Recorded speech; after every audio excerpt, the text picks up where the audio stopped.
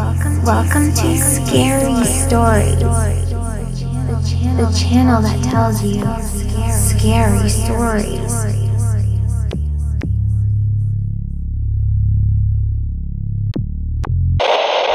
Werewolf in the Warehouse, as told to Peter Bernard, read by PQ Ribber. When I was a kid, my father co-managed warehouses in the meatpacking district of Manhattan.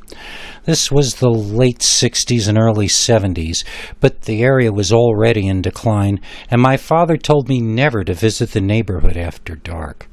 Now it's an expensive place to live or work, with dance clubs and TV network headquarters filling the former warehouses.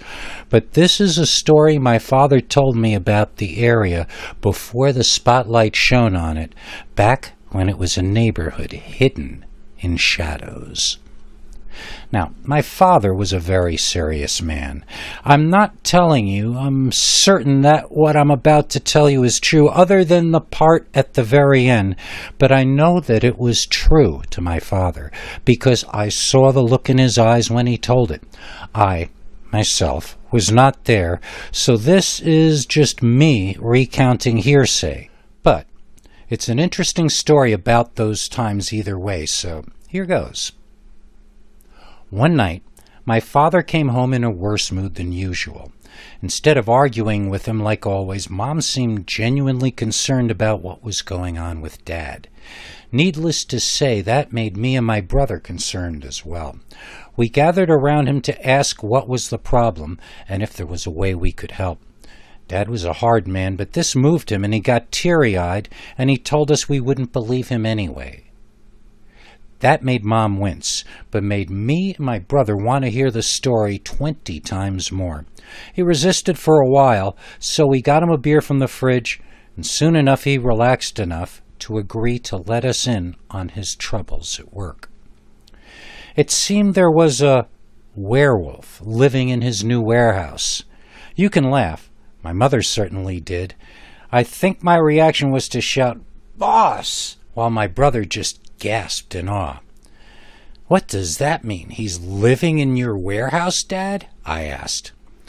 "Well," he began, "you know we just bought that abandoned warehouse next door to us, and I hired a crew to clean it out and get it up to code for us to use. There are these rooms upstairs in the warehouse that must have served a use in years past, but my partner and I have no use for them. Today one of the men smelled something bad coming from there, and when he investigated, he got attacked by what he called a wolfman.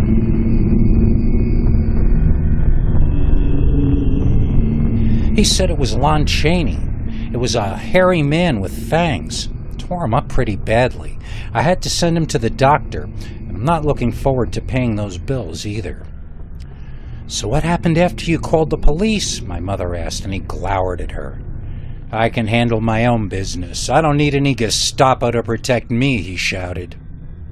"So in other words, some hippie is living in your factory, making a bad smell, and you're hoping he'll just go away on his own, is that it?" Mom sneered as she got up and got ready to serve dinner, muttering, "Werewolf, schmerewolf." After Mom left the room, my father continued telling the story to me and my brother, but more softly now. "The crew I hired refuses to go back in there before I clear out what they call the werewolf," he informed us. "So now I'm trying to find a crew to go in and flush out whatever or whoever it is, and to clean up all the smelly dead animal parts in there." "Well, if there's meat in there," I joked, "that can't be a hippie because they're all Vita-vegetarians." Believe it or not, nobody laughed at my joke. "I'm not siding with Mom," my brother began, "but if you called the cops, they might clean up the mess for you on the taxpayer's dime." "Yeah," my father retorted, "but once you invite the vampires into your home, you can't blame them for what happens next." Apparently, my father did not trust local law enforcement for some reason.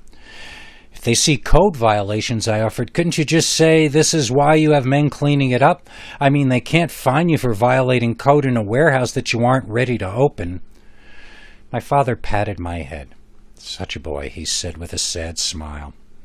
"Such an innocent boy." The next night was Friday, and my dad never came home till very late on Friday. Saturday morning this week found my brother and me watching cartoons as usual, but with an ear out for whenever Dad got up. We wanted to hear the rest of the werewolf story. Dad wasn't up till around 1, and then he immediately plopped himself, beer in hand, in front of our old black and white cathode ray TV set to watch baseball. I almost said Yankee baseball, but I think in those days Dad actually briefly preferred the Mets.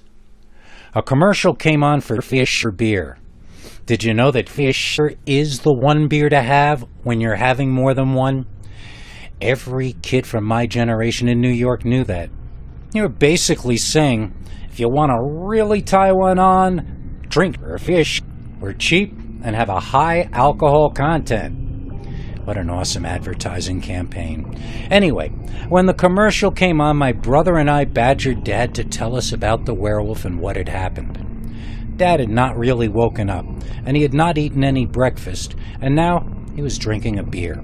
So we had to ask him a few times before I think he had any idea that there was someone talking to him, let alone that there might be meaning in the sounds these short people were uttering. But once we had established contact with Planet Dad, the entire answer we got from him was, "Oh yeah, got it taken care of." Of course, we pressed him for more information, but this angered the half-sleeping zombie version of Dad, who just wanted beer and black and white baseball. Our mother heard Dad growling and shouted at us to go outside and play and leave our father alone. We hated to hear that on Saturday because the best TV shows used to be on that day, but we went out and talked to all the neighbor kids about our father's werewolf until dusk. In those days we lived in what is now called the West Village, but back then was just Greenwich Village. A bunch of us kids had been walking west, talking over and over about the werewolf and what it might have been, but as the sun set we walked back east because we knew it was dinner time in all our homes.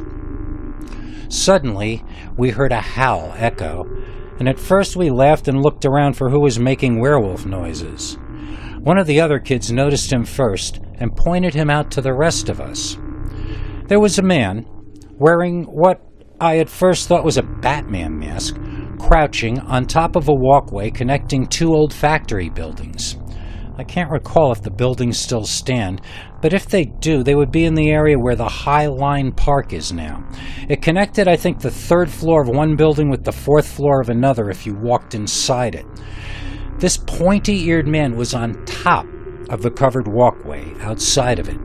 I couldn't even figure out how he got there. Did he climb up? Did he jump down from one of the rooftops? Then, the most amazing thing I ever saw happened. The guy jumped off the third-story walkway. He seemed to be jumping down to chase us, so we all screamed and ran. I have no idea if this guy broke both legs when he landed, or if he actually chased us, and none of my friends knew either. We were all too scared to look behind us until we got to our respective homes. Once inside, my brother and I compared notes. I didn't remember if he was wearing any clothes, but my brother got the impression he was dressed all in black.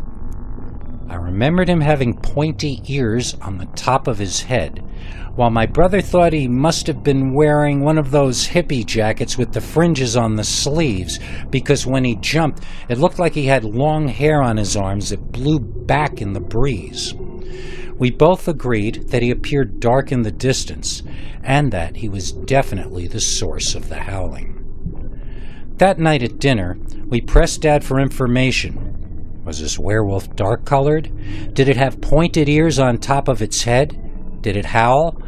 We got non-committal answers to all of these, but he gave me a sharp glance when I asked about the tall ears that gave me the impression he was saying yes to that one.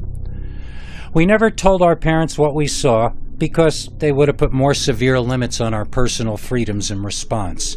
And Dad never told us exactly what he did to get rid of the werewolf of the warehouse. If they had scared it out of the warehouse, It's not that unbelievable to think it might have taken up temporary residence on top of that walkway, only a neighborhood over from the meatpacking district. As far as my brother and I are concerned, to this very day, we both wonder if what we saw and heard that day on the west side of Manhattan was a genuine, full-blooded werewolf.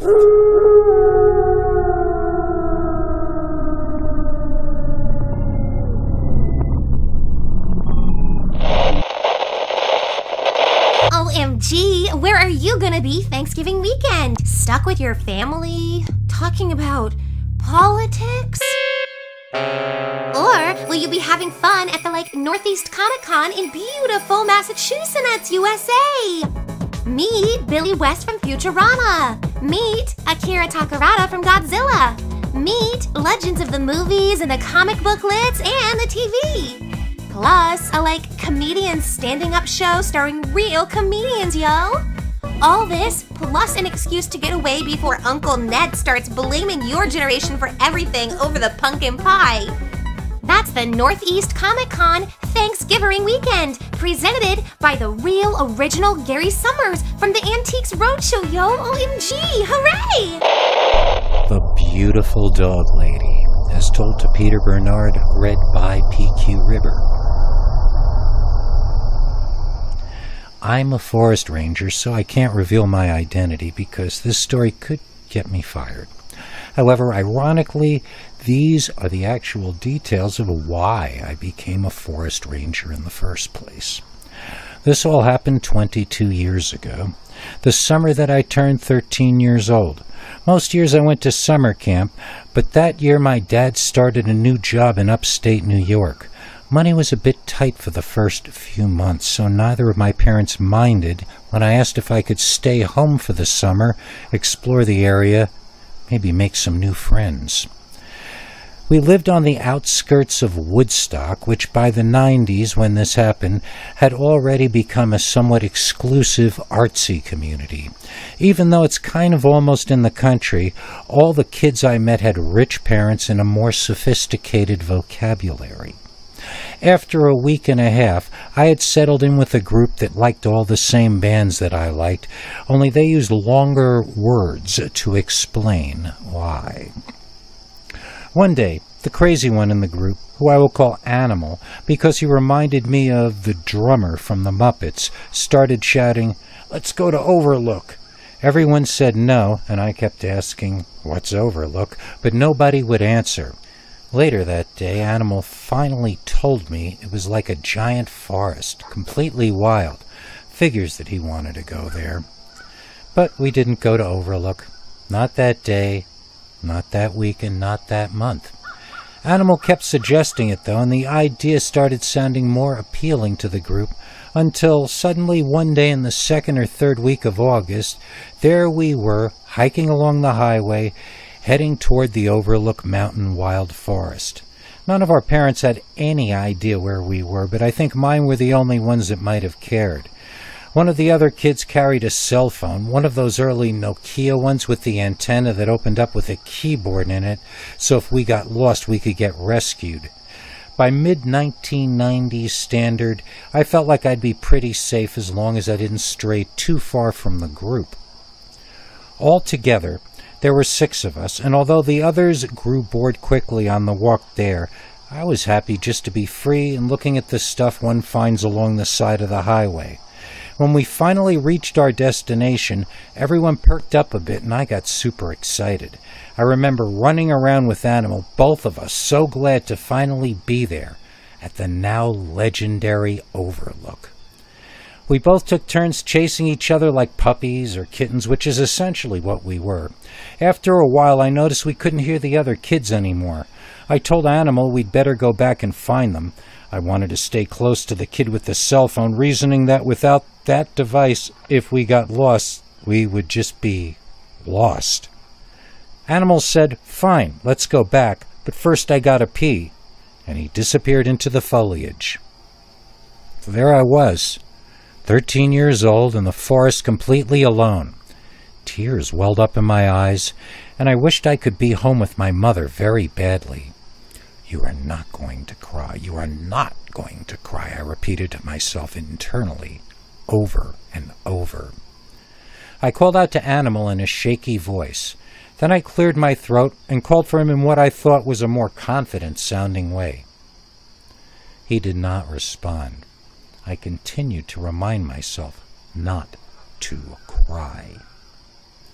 I heard bushes moving further up the path. Must be Animal. I felt a huge sense of relief knowing that at least I wasn't alone anymore. I was going to be nervous until I got back with the others, but this was a vast improvement in my situation. Except Animal didn't come out of the bushes. An animal came out, but not my crazy friend. An animal came out of the bushes that looked like a dog, a very, very large dog.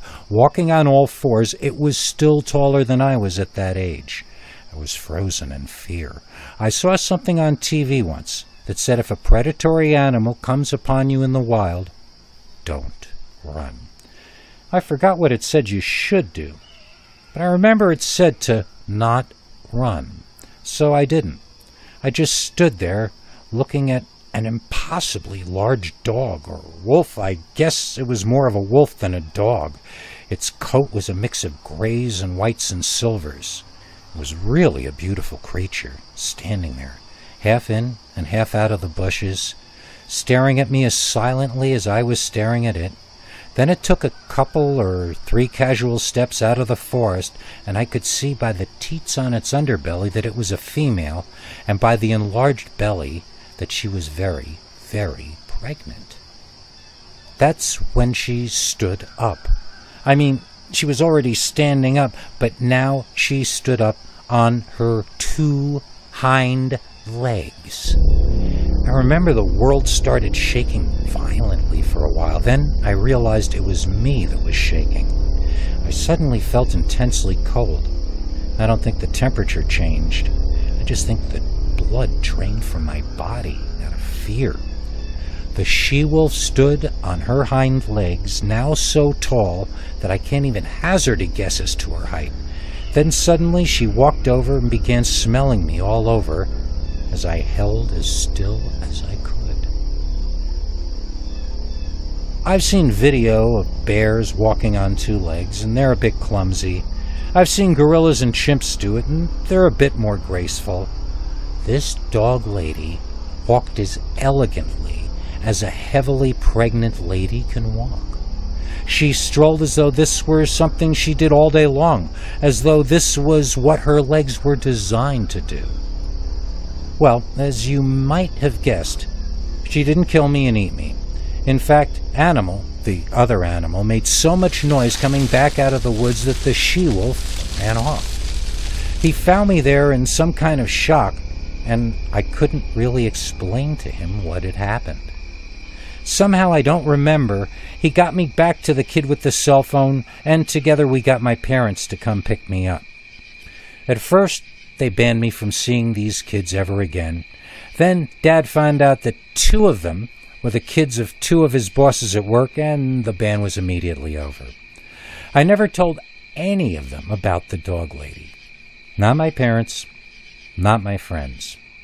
But her image fascinated me and led me to study animals and nature. I learned that this animal is not supposed to exist and is not even in the fossil record, so it should never have existed. Yet, I not only saw a member of this species in the flesh, very much alive, but I saw a pregnant member of this species. That means there had to also have been at least 1 male, and we know that soon after that came babies. There's a good chance that 22 years later, this species may very well still exist. But I won't get to see one of them in the flesh again if I'm sitting behind a desk all day working a normal job. And so I'm a park ranger, spending as much time as I can in the forest where this creature lives and where mystery and wonder are still absolute monarchs. Do you have a scary story you want us to read on the show? just call our voicemail hotline, 804-LISCARY. That's 804-537-2279. And now for something completely scary.